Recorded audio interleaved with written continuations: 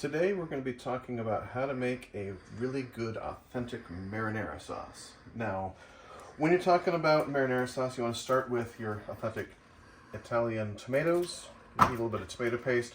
One of the most important ingredients you're going to have is your onions, and this is going to be a three-way onion marinara sauce. Essentially, we're going to put some blended in with the tomatoes.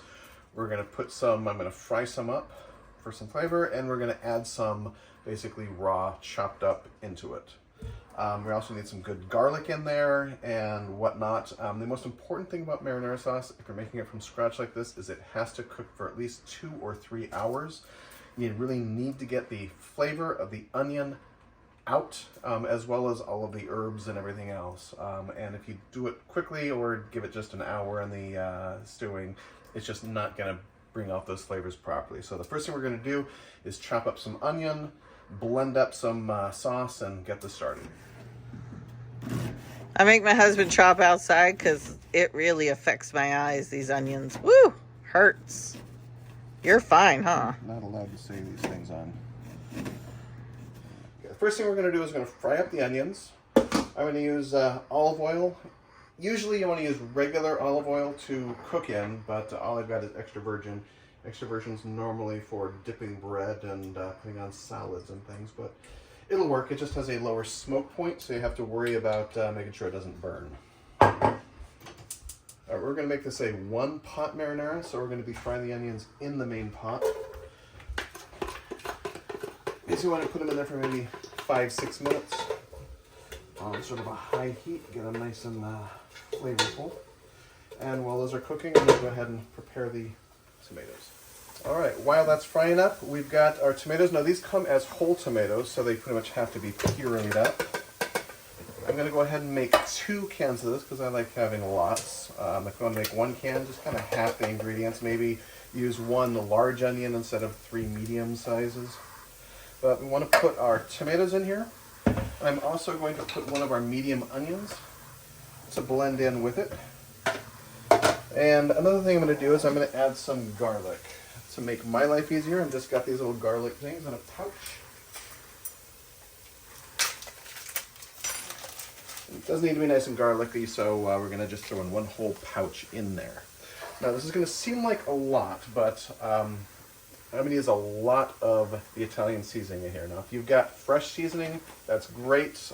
There are some shortcuts I like to take because I don't want to spend 20 bucks on fresh herbs. But we're going to put in a bunch of that seasoning. And over here I do have some fresh basil that I re-roomed, so that is probably worth it. But for now, we're going to take this. Are you ready? Mm-hmm.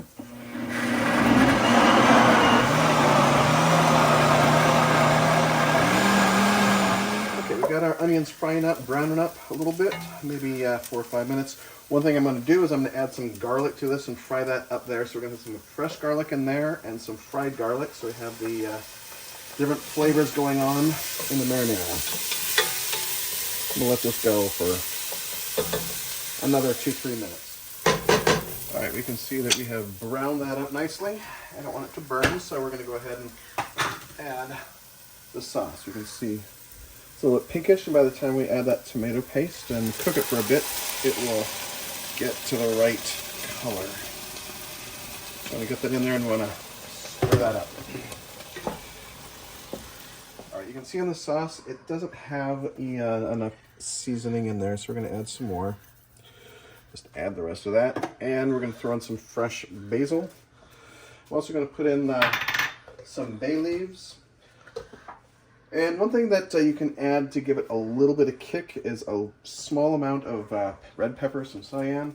Not enough to make it hot, but just enough to make the flavors come out. Okay, so we got some bay leaves in there and 1 can of the tomato paste.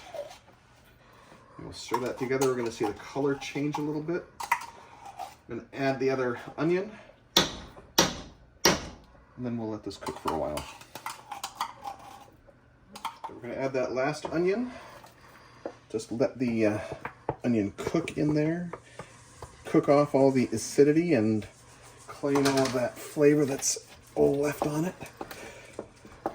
And you can see that when you add a fresh onion, you can see that onion all in there, but by the time it's done, it'll all have just disappeared and will kind of soaked right into the sauce. The only thing I'm going to add else is just the little cayenne pepper. See, not too much, just a little. It'll help the flavor.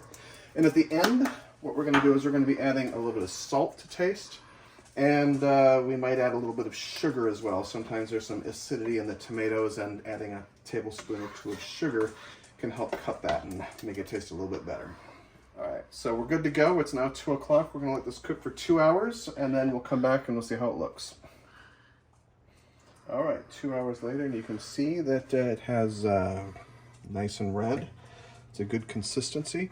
You do want to make sure that you keep your temperature as absolutely low as possible, or you're going to end up burning the bottom. So you're going to keep it at the absolute minimum for cooking, and you probably want to come in and stir it and make sure it's not burning maybe once every half hour or so. But what we're going to do is we're going to take out these bay leaves, add a little bit of salt and a little bit of sugar, and then we're going to test it. So I got about a teaspoon of salt and a little less than a tablespoon of sugar in here. Let's stir this around and give it a test. I get to be the tester. Take a little. Ooh. Mmm. Delicious.